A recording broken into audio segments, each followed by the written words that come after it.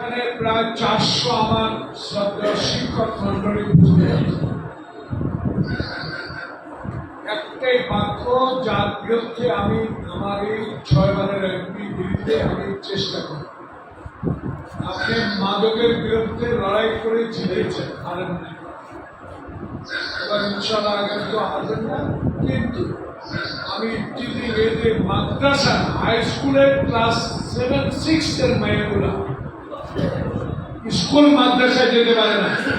আগামী 1 সপ্তাহের মধ্যে সকল মাদ্রাসা ইফতিজিং সুপাররা কথা বলে কারাগারা করে, আর 17 বছরের কোন বয়সের নিচে কোন লোক কোন ছেলে রাস্তায় মাঠে বাজারে আসতে কেউ থাকবে না। স্কুল তো দূরে, আজ থেকে 17 বছর নিচে কেউ 18 বছরের উপরে ছাড়া কেউ রাস্তায় বাজারে আর স্কুল যখন চলে মাদ্রাসা যখন চলে রাস্তায় থাকবে না।